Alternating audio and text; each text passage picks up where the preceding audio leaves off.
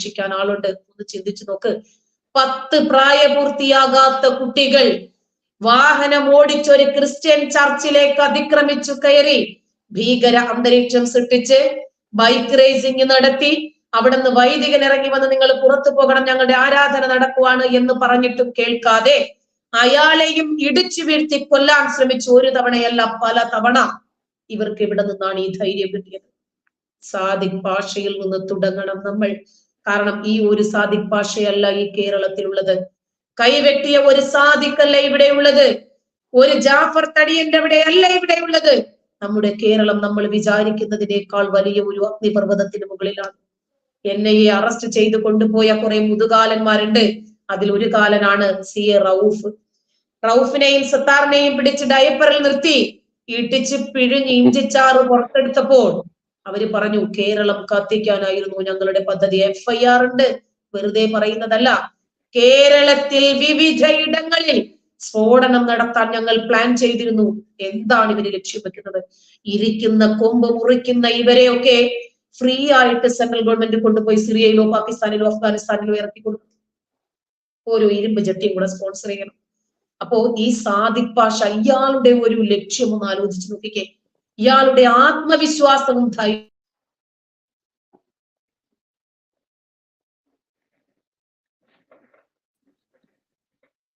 എന്ത് പറ്റി? നെറ്റ് പോയോ? നരേന്ദ്രമോദി ഭരിച്ചാൽ ഒരിക്കലും ഈ രാജ്യം അവർ വിചാരിക്കുന്നത് പോലെ പാകിസ്ഥാനാക്കി മാറ്റാൻ പറ്റില്ല. അപ്പോൾ ആദ്യം വീഴ്ത്തേണ്ടത് നരേന്ദ്രമോദിയെയാണ്. അവർ സ്ത്രീകളെ രംഗത്തിറക്കി. ഒരു സ്ത്രീ വന്ന് പറഞ്ഞത് കേട്ടില്ലേ? തെണ്ടിയുടെ മോനെ, ചായക്കടക്കാരന്റെ മോനെ, നിനക്ക് എങ്ങനെ ധൈര്യം വരുന്നടാ ഞങ്ങളുടെ രാജ്യത്തെ മാറ്റിമറിക്കാൻ? നീ ഒരു ചുക്കും ചെയ്യണം. ആരാണ് ഇവർക്ക് ഈ ധൈര്യം കൊടുക്കുന്നത്? എത്ര പെൺകുട്ടികളെ പോപ്പുലർ ഫ്രണ്ടുകാരിറക്കി. 9 വയസ്സുള്ള ചെറിയ കുട്ടിക്കാലനെ മുൻനിർത്തി ഇങ്ങനെ കൊലവിളി മുദ്രാവാക്യം മുഴക്കിയിട്ട് 3 ദിവസം എടുത്തു കേരള പോലീസിന് ആ പയ്യന്റെ വീടൊന്ന് കണ്ടുപിടിക്കാൻ. ഇതാണ് നമ്മുടെ പുതിയ കേരളം. ഈ കേരളം നമ്മുടെ കയ്യിൽ നിന്നും വിട്ടുപോകുന്നതിന് മുമ്പ് നമ്മുടെ നാട്ടിൽ ബഹുസ്വരത നിലനിൽക്കണമെങ്കിൽ, നമുക്ക് നാനാത്വത്തിൽ ഏകത്വത്തോടു കൂടി ജീവിക്കാൻ കഴിയണമെങ്കിൽ നമ്മൾ ശബ്ദിച്ചേ മതിയാകും. ബൈജുവിന്റെ വീട്ടില് മകൾക്ക് ഒരു ബർത്ത്ഡേ ഫംഗ്ഷൻ ഉണ്ടെങ്കിൽ വിളിക്കാതെ തന്നെ എനിക്ക് അവിടെ വരാൻ കഴിയണം. എന്റെ വീട്ടിൽ ബലിപെരുന്നാൾ ആഘോഷമാണെങ്കിൽ അത് എന്തിന്റെ പേരിലാണ്, ഇതിന്റെ ആചാരമാണോ അനാചാരമാണോ എന്നറിയാതെ എന്റെ സ്നേഹത്തിന് വേണ്ടി മാത്രം എന്റെ കുടുംബവുമായി ഒരു ദിവസം പങ്കിടാൻ ബൈജുവിന് എന്റെ വീട്ടിൽ വരാൻ കഴിയണം. ഇനി ക്രിസ്മസ് ആണെങ്കിലും ഓണമാണെങ്കിലും ഏത് വിഷയമാണെങ്കിലും ശരി, ജാതിയും മതവും നോക്കാതെ ബൈജുവിന് ഒരുമിച്ചിരിക്കാൻ കഴിയണമെങ്കിൽ നമ്മൾ ഇനിയെങ്കിലും പ്രതികരിച്ചേ മതിയാവും. എന്തായാലും സാദിഖ് പാഷ എന്നുള്ളത് ഞാൻ കമാൽ പാഷ എന്ന് തെറ്റി പറഞ്ഞിരുന്നു. പക്ഷെ രണ്ടും വലിയ വ്യത്യാസമൊന്നും ഇല്ലാത്തതാണ്. ഞാൻ തിരുത്താൻ പോകുന്നില്ല. രണ്ടും ഏകദേശം ഒരേ സാമ്യം തന്നെ. പേരിൽ മാത്രം മാറ്റുള്ളൂ. അവരുടെ അടിസ്ഥാന കൊണം ഒന്ന് തന്നെയാണ്. അല്ല ടീച്ചർ, എനിക്ക് ചോദിക്കാനുള്ളത്, ഈ മുക്കാലന്മാർ ഈ ടീച്ചർ ഇങ്ങനെ ഇടയ്ക്കിടയ്ക്ക് പറയാറുണ്ടല്ലോ. സത്യത്തിൽ ഈ പിണറായി വിജയൻ ഈ പറയുന്ന അയാളുടെ മകൻ ഓൾറെഡി മുക്കാലാണ്. ഈ പിണറായി വിജയൻ മുക്കാലായി എന്ന് ടീച്ചർ വിശ്വസിക്കുന്നുണ്ടോ? സിജോ വിശ്വസിക്കുന്നുണ്ടോ? നമുക്ക് അതിനുള്ള തെളിവുകളില്ലല്ലോ. ഞാൻ ടീച്ചറോട് ഒരു കാര്യം ചോദിച്ചോട്ടെ. അതായത് ഒരു ഭ്രൂണത്തിന് വരെ വിലയുള്ള നാടാണ് ഭാരതം, ശരിയല്ലേ? ഒരു ഭ്രൂണഹത്യ നടത്തിയാൽ പോലും നമുക്കെതിരെ കേസ് വരും. അപ്പൊ ഒരു കുട്ടിയെ ഇതുവരെ ഒരു അംഗഛേദം നടത്താൻ ആർക്കാണ് ഇവിടെ അധികാരമുള്ളത്? അതുകൊണ്ട് നിയമം എന്തുകൊണ്ട് അത് തടയണില്ല? അതായത് ഒരു കുട്ടി, അവനൊരു വ്യക്തിയാണ്, ഒരു പൗരനാണ്, ശരിയല്ലേ? അപ്പൊ അവന്റെ സമ്മതവും അവന്റെ അറിവും ഇല്ലാതെ ഇത് മതമാണ്. മതം, തീവ്രവാദികളുടെ മതമാണിത്. അതുകൊണ്ട് ഒരു കുട്ടിയെ ഒരു അധ്യാപകൻ തല്ലിയ അധ്യാപകനെതിരെ കേസെടുത്ത അധ്യാപകൻ അകത്തു പോകുമല്ലോ. ഇതൊരു അംഗഛേദം നടത്തുന്നതാണ്. അതായത് ഇതായിപ്പോയി, എന്താ പറയുക, ഹാൻഡികാപ്ഡായി പോകണേണ് ശരിക്കും. എന്നിട്ട് എന്തുകൊണ്ട് അതും ഒരു അവന്റെ സമ്മതമോ അറിവോ ഇല്ലാതെ. ഞാൻ പറഞ്ഞുതരാം സിജോ. ഈ ലിംഗഛേദം നടത്തിയിട്ട് എത്ര കണക്കിന് കുട്ടികൾ ദിനം പ്രതി കേരളക്കരയിൽ മരിക്കുന്നുണ്ടെന്നറിയാമോ? അമിത രക്തസ്രാവവുമായി. കൂടുതൽ മാധ്യമങ്ങൾ റിപ്പോർട്ട് ചെയ്യില്ല. ഇവർ ഒതുക്കി തീർക്കാറാണ് പതിവ്. എന്റെ മോന്, അന്ന് ഞാൻ വിശ്വാസിയാണ്, എന്റെ മോന് ഞാന് തിരുവനന്തപുരത്താണ് സർജറി നടത്തിയത്. ജനിച്ച 9ാമത്തെ ദിവസം കുഞ്ഞ് ഭയങ്കരമായ കരച്ചില്. അങ്ങനെ ഒരു ഹജ്ജ് ചെയ്ത ഒരാളാണ് ഡോക്ടർ. ഭയങ്കര കരച്ചിൽ, കുഞ്ഞിന്റെ കരച്ചിൽ കേട്ടിട്ട് ഞാൻ ശരീരം തളർന്നു വീണു. കാരണം ഡെലിവറി കഴിഞ്ഞ 9ാമത്തെ ദിവസമാണ്. തലചുറ്റി വീണു. അത് കഴിഞ്ഞപ്പോ കുഞ്ഞിനെ ഞാൻ ചോദിച്ചു ഡോക്ടറോട്. അത് കഴിഞ്ഞവരെ എന്നേക്ക് ട്രീറ്റ്മെന്റ് ഒക്കെ തന്ന് കണ്ണൊക്കെ തുറന്നപ്പോ ഞാൻ ചോദിച്ചു, ഡോക്ടറെ എന്താ കുഞ്ഞിങ്ങനെ കരഞ്ഞത്? അതെ, നമ്മള് ഇസ്ലാമിക നിയമപ്രകാരം ഇങ്ങനെ മയക്കാനൊന്നും പാടില്ല. പച്ചയ്ക്ക് കൊണ്ടുപോയി എന്റെ കുഞ്ഞിന്റെ ലിംഗം വെട്ടിയവർ. അമിത രക്തസ്രാവം മൂലം ആ കുഞ്ഞു മരിച്ചിരുന്നെങ്കിൽ ഞാനടക്കം അന്ന് എന്ത് പറയുമായിരുന്നെന്നറിയാമോ? അല്ലാഹുവിന്റെ വിധിയാണ്. വിശ്വാസം അങ്ങനെയാണ്. വിശ്വാസം എന്ന് പറഞ്ഞാൽ ഒരു തരം ലഹരിയാണ് മനുഷ്യന്. അല്ല ടീച്ചറെ, കഴിഞ്ഞ ദിവസം അക്യൂപങ്ക്ചർ ട്രീറ്റ്മെന്റ് നടത്തിയ ഒരു ചങ്ങാതി, ഒരു ഗർഭിണിയായ, അത് കണ്ടല്ലോ നമ്മൾ, ഗർഭിണിയും മരിച്ച കുഞ്ഞും മരിച്ചോ? ഇതും വിശ്വാസത്തിന്റെ ഭാഗം. യെസ്, അതേ പറയാൻ വന്നേ. അതായത് അവന്റെ 2ാം ഭാര്യയാണ് ഈ സ്ത്രീ. രണ്ടും സിസേറിയൻ ആയിരുന്നു. 3ാമത്തതാണിത്. ആശാവർക്കർമാര് വന്നിട്ട് പറയുന്നു എത്രയും പെട്ടെന്ന് ഇവരെ ആശുപത്രിയിൽ കൊണ്ടുപോകണം. പോലീസ് ഇടപെടുന്നു, അവൻ സമ്മതിച്ചില്ല. അങ്ങനെ ആ പെണ്ണും ആ കുഞ്ഞും മരിച്ചു. നിങ്ങൾ എവിടെയെങ്കിലും ഏതെങ്കിലും മാധ്യമത്തിൽ ഒരു വാർത്തയെങ്കിലും കണ്ടോ? ഇത് മതമാണ്. ഈ മതം ഇങ്ങനെയാണ്.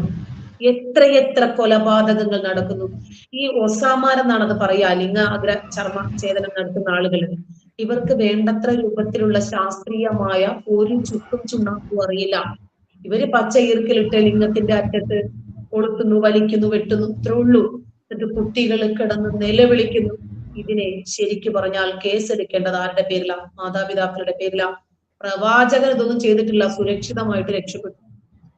ഇതിനകത്താകെ ഒരൊറ്റ ഹദീസ് മാത്രമേ. ഹദീസ് എന്ന് പറഞ്ഞാൽ പ്രവാചകൻ പഠിപ്പിച്ച മാർഗം.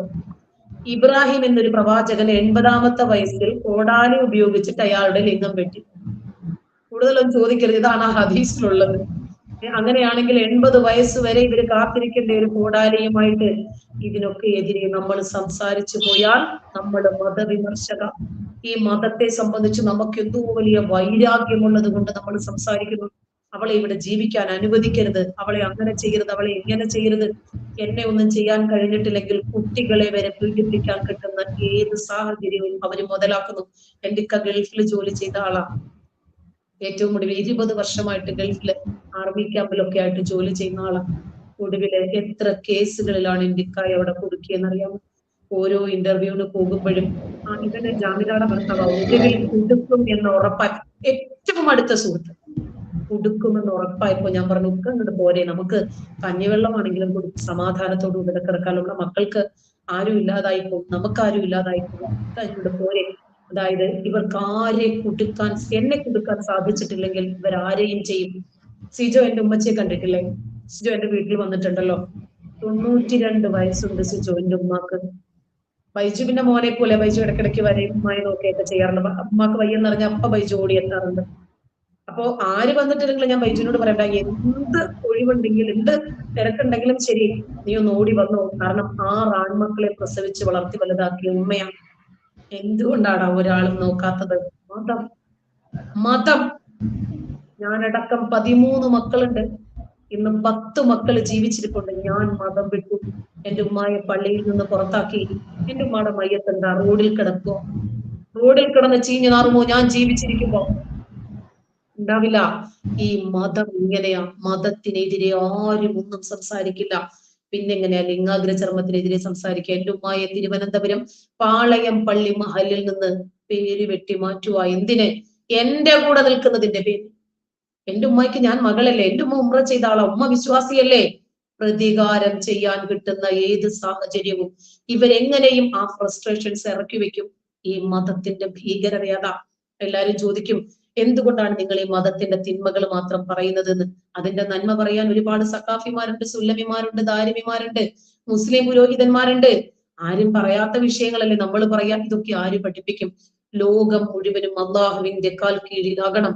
ഈ ഭൂമി മുഴുവനും അള്ളാഹുവിന്റേത് മാത്രമാകുന്നത് വരെ നിങ്ങൾ അവരോട് യുദ്ധം ചെയ്യണം. ഇസ്ലാം പഠിപ്പിച്ചതാ. അതുകൊണ്ട് ഇവരുടെ കോൺസെപ്റ്റില് ഇന്നൊരു ബാബരി പിടിച്ചു, നാളെ ഗ്യാൻവാപ്പി എടുക്കും. നരേന്ദ്രമോദി ആയതുകൊണ്ടല്ലേ സംഭവിച്ചത്.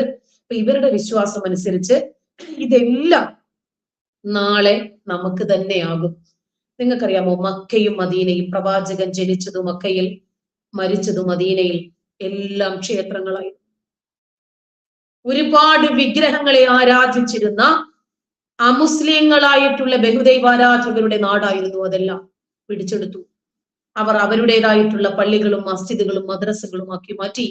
ഒന്ന് സംസാരിക്കാമോ ആ വിഷയത്തെ കുറിച്ച്? അപ്പൊ നമുക്ക് വിലക്ക് വരും, അപ്പോൾ നമുക്ക് ഭീഷണികൾ വരും. നമ്മൾ വർഗീയ വിദ്വേഷം പറയുന്നു, മതസ്പർദ്ധ ഉള്ള കാര്യം പറയുന്നത് മതസ്പർദ്ധയാണോ? അപ്പോ എതിർഭാഗത്ത് നിൽക്കുന്നത് മതമാണെങ്കിൽ ആരും സംസാരിക്കില്ല. ഇപ്പോൾ വൈദികനെ ഇടിച്ചു കൊല്ലാൻ ശ്രമിച്ച വിഷയത്തിൽ എന്തുകൊണ്ടാണ് മാധ്യമങ്ങൾ ആ വിഷയം ചർച്ചയ്ക്കെടുക്കാത്തത്? മതമായതുകൊണ്ട്. വേട്ടക്കാർ മതവിശ്വാസികളായതുകൊണ്ട്, ജിഹാദി കുഞ്ഞുങ്ങളായതുകൊണ്ടാ. അവരെ പേടിയാണ് എല്ലാവർക്കും. ആരും ചർച്ച ചെയ്യുന്ന ആ വിഷയം. അതുകൊണ്ടാണല്ലോ നമ്മൾ 3 പേര് ഇവിടെ ഇരിക്കുന്നത്, ജീവിതം ബലി കൊടുക്കാൻ തയ്യാറായിട്ട്. അല്ല, ഞാനേ സിജോയോട് എനിക്കൊരു ചോദ്യമുള്ള. സിജോ കൃത്യമായിട്ടും ആലുവ അതല്ലെങ്കിൽ എറണാകുളമായിട്ട് ബന്ധപ്പെട്ട് പെരുമ്പാവൂര് ബന്ധപ്പെട്ട് ഒരുപാട് ഏരിയ കവർ ചെയ്യുന്ന ഒരു വ്യക്തി തന്നെയാണ്. സിജോ